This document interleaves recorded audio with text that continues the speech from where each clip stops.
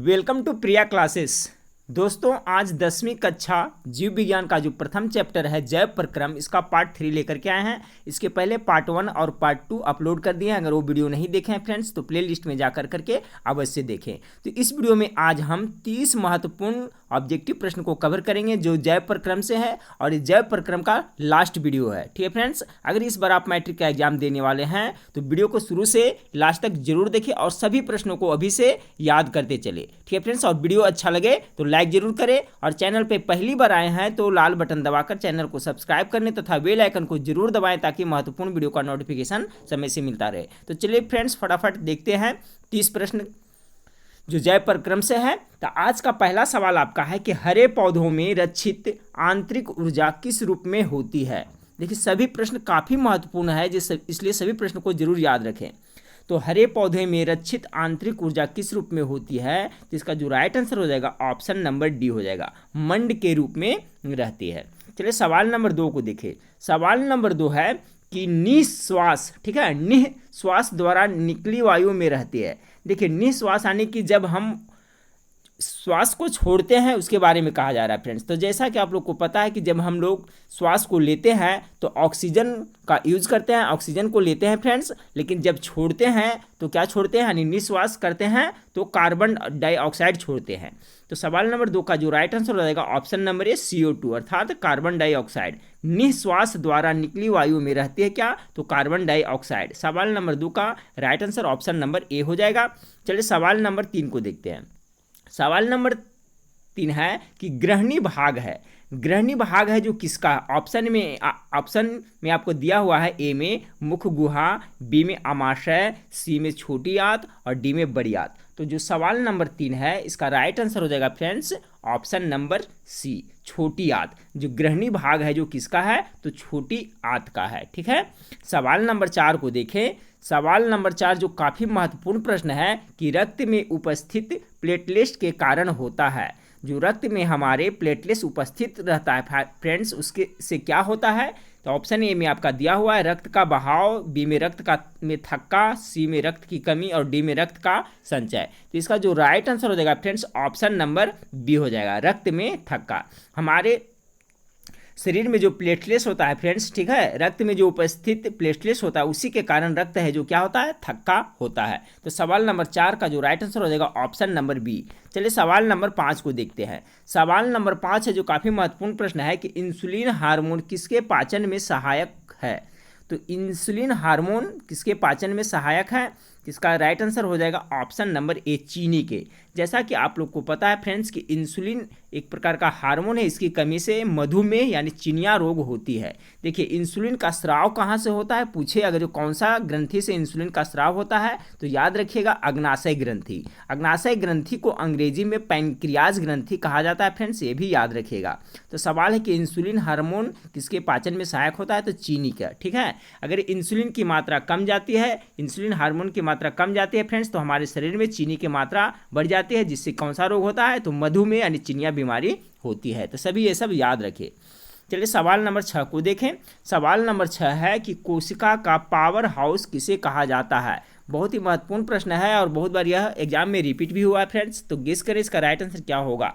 तो इसका जो राइट आंसर हो जाएगा ऑप्शन नंबर ए, माइटोकॉन्ड्रिया को कोशिका का पावर हाउस यानी ऊर्जा गृह, कोशिका का ऊर्जा गृह या पावर हाउस किसे कहा जाता है, तो माइटोकॉन्ड्रिया को कहा जाता है। ये भी याद रखिए फ्रेंड्स। देखिए, लाइसोसोम के बारे में पूछा जाता है कि आत्महत्या की थैली किसे कहा जाता है, तो लाइसोसोम को आत्महत्या की थैली कहा जाता है, जबकि माइटोकॉन्ड्रिया को कोशिका का पावर हाउस यानी ऊर्जा गृह कहा जाता है। तो सवाल नंबर 6 का right answer option number A हो जाएगा। चलिए सवाल नंबर 7 को देखते हैं। सवाल नंबर 7 है पाचन कार्य संपन्न होता है। तो देखिए, पाचन कार्य जो संपन्न होता है फ्रेंड्स किसके द्वारा संपन्न होता है, तो इसका जो राइट आंसर हो जाएगा ऑप्शन नंबर 7 का सी हो जाएगा, जठर रस के द्वारा पाचन कार्य संपन्न होता है। चलिए सवाल नंबर 8 को देखते हैं। सवाल नंबर 8 आपके सामने है कि वृक्क की रचनात्मक एवं क्रियात्मक इकाई किसे कहते हैं। ये प्रश्न बहुत ही VVI प्रश्न है फ्रेंड्स, क्योंकि यह प्रश्न आपका रेलवे ग्रुप डी और SSC बहुत सा एग्जाम में रिपीट हो चुका है। वृक्क अर्थात किडनी। तो किडनी का जो रचनात्मक एवं क्रियात्मक इकाई किसे कहते हैं? तो इसका ऑप्शन दिया हुआ है, ऑप्शन ए में दिया हुआ है कोशिका, बी में श्वसन अंग, सी में रक्तचाप और डी में नेफ्रॉन। इसका जो बिल्कुल राइट आंसर हो जाएगा ऑप्शन नंबर डी हो जाएगा, नेफ्रॉन को। वृक्क की रचनात्मक एवं क्रियात्मक इकाई किसे कहते हैं? तो नेफ्रॉन को कहते हैं। याद रखिएगा, बहुत ही महत्वपूर्ण सवाल है यह। चलिए सवाल नंबर 9 को देखते हैं।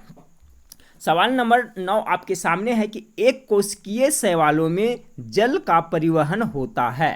ठीक है फ्रेंड्स, कि एक कोशिकीय जो शैवाल होते हैं उसमें जल का परिवहन किसके द्वारा होता है, कौन सी विधि के द्वारा होता है फ्रेंड्स? गेस करें इसका राइट आंसर क्या होगा? इसका जो राइट आंसर हो जाएगा ऑप्शन नंबर सी, विसरण द्वारा होता है। ठीक है, एक कोशिकीय शैवालों में जल का परिवहन किसके द्वारा होता है? तो विसरण विधि के द्वारा होता है। ये भी महत्वपूर्ण सवाल है। चलिए सवाल नंबर 10 को देखते हैं। सवाल नंबर 10 है कि पौधों में खाद्य पदार्थों का स्थानांतरण किस रूप में होता है? ये भी बहुत ही महत्वपूर्ण सवाल है फ्रेंड्स। इसमें जितने भी सवाल हैं सभी महत्वपूर्ण है, इसलिए सभी सवाल को जरूर याद रखें। तो सवाल नंबर 10 का जो राइट आंसर हो जाएगा फ्रेंड्स ऑप्शन नंबर बी होगा, सुक्रोज। पौधों में खाद्य पदार्थों का स्थानांतरण किस रूप में होता है? तो सुक्रोज के रूप में होता है। चलिए सवाल नंबर 11 को देखते हैं। सवाल नंबर 11 आपके सामने है फ्रेंड्स कि फ्लोएम खाद्य पदार्थों का परिवहन पौधों में किस दिशा में करता है? देखिए फ्रेंड्स, एक फ्लोएम होता है, एक जाइलम होता है। ठीक है, तो इसके बारे में मैं पहले बता चुका हूँ, फिर भी थोड़ा सा डिस्क्राइब कर देता हूँ। जाइलम होता है जो पेड़ पौधों के जड़ से खनिज, जल, लवण पेड़ पौधे के सभी भागों में पहुँचाता है। ठीक फ्रेंड्स, तो जाइलम का काम क्या है? तो याद रखिएगा, खनिज, लवण और जल को पहचाना। और फ्लोएम का जो कार्य है फ्रेंड्स वो क्या है? जो पेड़ पौधे के पत्ते में जो खाना बनता है, खाद्य पदार्थ, उसका परिवहन करता है। तो फ्लोएम है जो खाद्य पदार्थों का परिवहन करता है, और जो जाइलम होता है वो खनिज, लवण एवं जल का परिवहन करता है। ठीक है, तो ये भी याद रखिएगा। आज सवाल क्या पूछा जा रहा है आपसे कि फ्लोएम खाद्य पदार्थों का परिवहन पौधों में किस दिशा में होता है? ऑप्शन ए में केवल नीचे की ओर, बी में केवल ऊपर की ओर, सी में ऊपर और नीचे दोनों की ओर, और डी में इनमें से कोई नहीं। तो सवाल नंबर 11 का right answer option number C हो जाएगा, ऊपर और नीचे दोनों ओर। ठीक है, फ्लोएम खाद्य पदार्थ का परिवहन पौधों में किस दिशा में होता है? तो ऊपर और नीचे दोनों दिशा में होता है। सवाल नंबर 11 का right answer option number C होगा। सवाल नंबर 12 आपके सामने है कि रक्त इनमें किसकी उपस्थिति के कारण लाल दिखता है? सिंपल सा प्रश्न है फ्रेंड्स, मेरे ख्याल से सभी को पता होना चाहिए। रक्त लाल क्यों दिखता है? तो हेमोग्लोबिन के कारण दिखता है। इसका right answer option number B हो जाएगा। सवाल नंबर 13 हाँ फ्रेंड्स, तो सवाल नंबर 13 को देखें। सवाल नंबर 13 आपका है कि अगर किसी कारण से किसी मनुष्य का एक वृक्क अर्थात किडनी कार्य करना बंद कर दे तो उसका परिणाम क्या होगा? ऑप्शन में दिया हुआ है, ए में उत्सर्जन बंद हो जाएगा, बी में दूसरे वृक्क से उत्सर्जन होगा, सी में मनुष्य की तुरंत मृत्यु हो जाएगा, डी इनमें से कोई नहीं। तो इसका गेस करें राइट आंसर क्या होगा? तो देखिए, मनुष्य में कितने किडनी होते हैं? तो एक जोड़ा होता है, यानी 2 किडनी होता है। तो फ्रेंड्स, अगर एक किडनी कार्य करना बंद कर दे तो क्या होगा? इसका राइट आंसर हो जाएगा ऑप्शन नंबर बी, दूसरे वृक्क से उत्सर्जन होगा। ठीक है, तो सवाल नंबर 13 का right answer option number B हो जाएगा।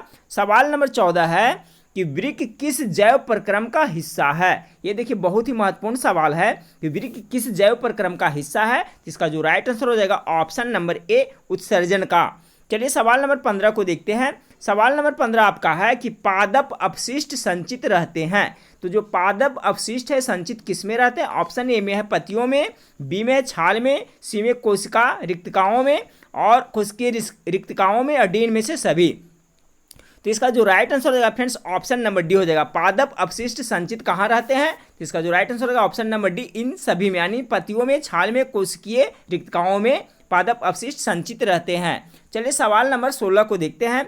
सवाल नंबर 16 आपके सामने है कि रक्त का कौन सा अवयव घायल स्थान से रक्त स्राव के मार्ग को रक्त का थक्का बनाकर अवरुद्ध करता है? इससे संबंधित प्रश्न हम पहले डिस्कस कर चुके हैं फ्रेंड्स। देखिए इसका जो राइट आंसर हो जाएगा ऑप्शन नंबर सी, प्लेटलेट्स हो जाएगा। रक्त में क्या होता है? प्लेटलेट्स होता है, जिसके कारण रक्त थक्का बनता है।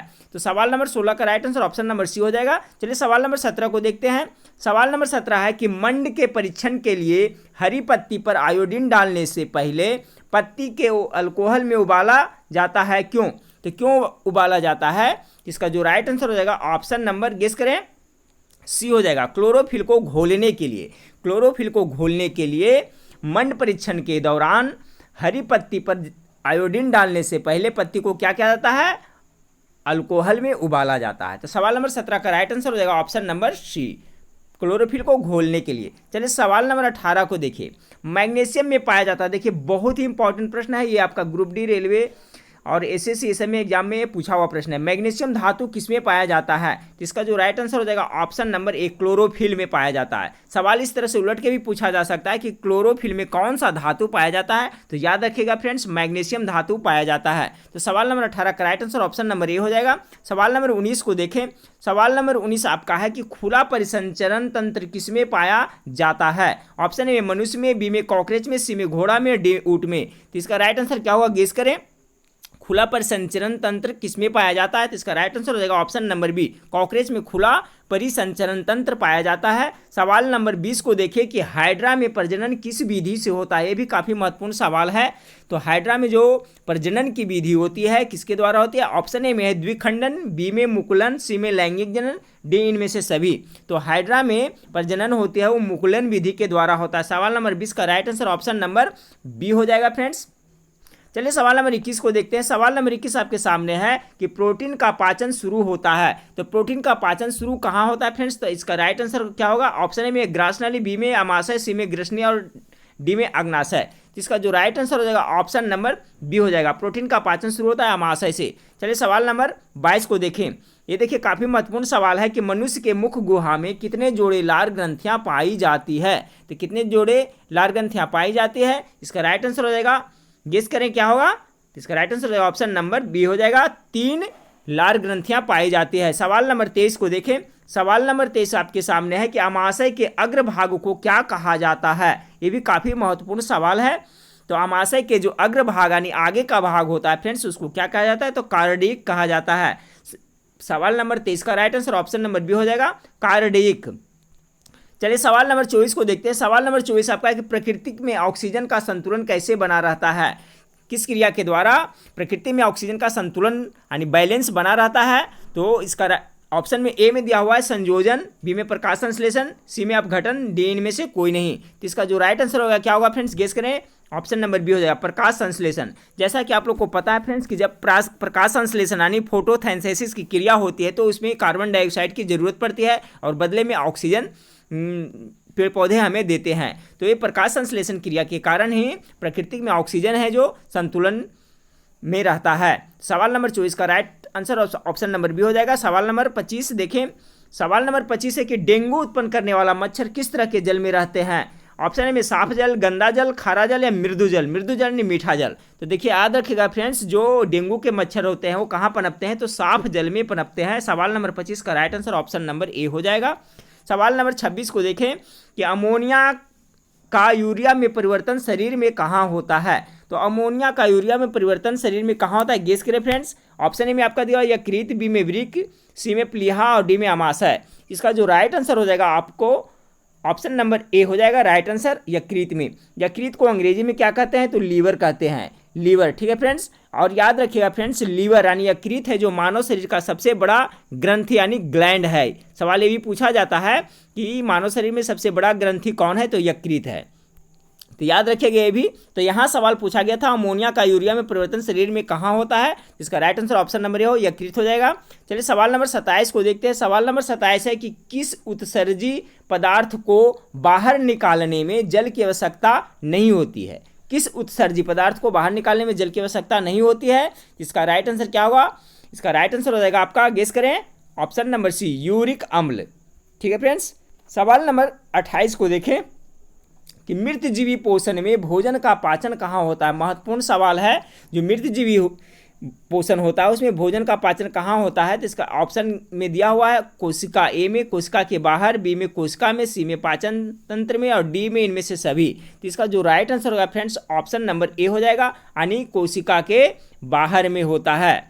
चलिए सवाल नंबर 29 को देखते हैं। सवाल नंबर 29 आपके सामने है कि अमाशय में कौन सा अम्ल स्रावित होता है। बहुत ही महत्वपूर्ण सवाल है, गेस करें। ऑप्शन ए में सल्फ्यूरिक अम्ल, बी में यूरिक अम्ल, सी में हाइड्रोक्लोरिक अम्ल और डी में इनमें से सभी।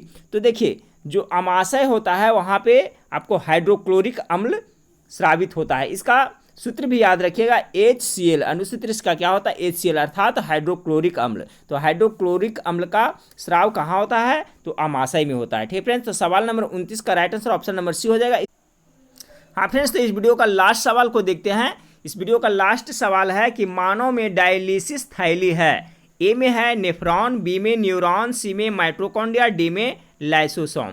तो देखिए मानव में डायलिसिस थैली है जो आपका है नेफ्रॉन है। इसका right answer option number A हो जाएगा। ठीक है फ्रेंड्स, माइटोकॉन्ड्रिया के बारे में क्या बताए थे, कोशिका का ऊर्जा गृह कहा जाता है, लाइसोसोम को आत्महत्या की थैली कहा जाता है, और नेफ्रॉन के बारे में एक और बताया था मैंने फ्रेंड्स कि जो वृक्क का संरचनात्मक एवं कार्यात्मक इकाई क्या है, तो नेफ्रॉन ही है। ये भी याद रखिएगा, महत्वपूर्ण सवाल है। तो लास्ट सवाल क्या पूछा गया था आपसे कि मानव में डायलिसिस थैली है, तो नेफ्रॉन है जो डायलिसिस थैली है। ठीक है फ्रेंड्स, तो उम्मीद करता हूँ कि वीडियो अच्छा लगा होगा फ्रेंड्स। वीडियो अच्छा लगे तो लाइक करना ना भूलें, दोस्तों में शेयर जरूर करें फ्रेंड्स। देखिए अभी मैं सभी विषयों का ऑब्जेक्टिव प्रश्न का chapter by chapter video provide करा रहा हूँ फ्रेंड्स। जल्द ही आप लोग के लिए मैं लाइव टेस्ट लूँगा, इसके बाद में आपको मॉडल प्रैक्टिस सेट भी प्रोवाइड कराऊंगा। ठीक है फ्रेंड्स, तो नेक्स्ट वीडियो में फिर मिलते हैं। देखने के लिए थैंक यू, धन्यवाद।